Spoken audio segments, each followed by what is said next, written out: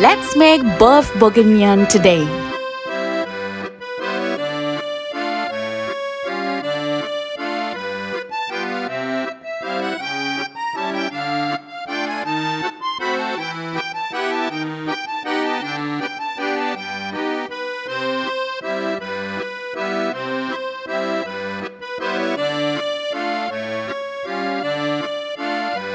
And voila! My Boeuf Bourguignon is ready to eat.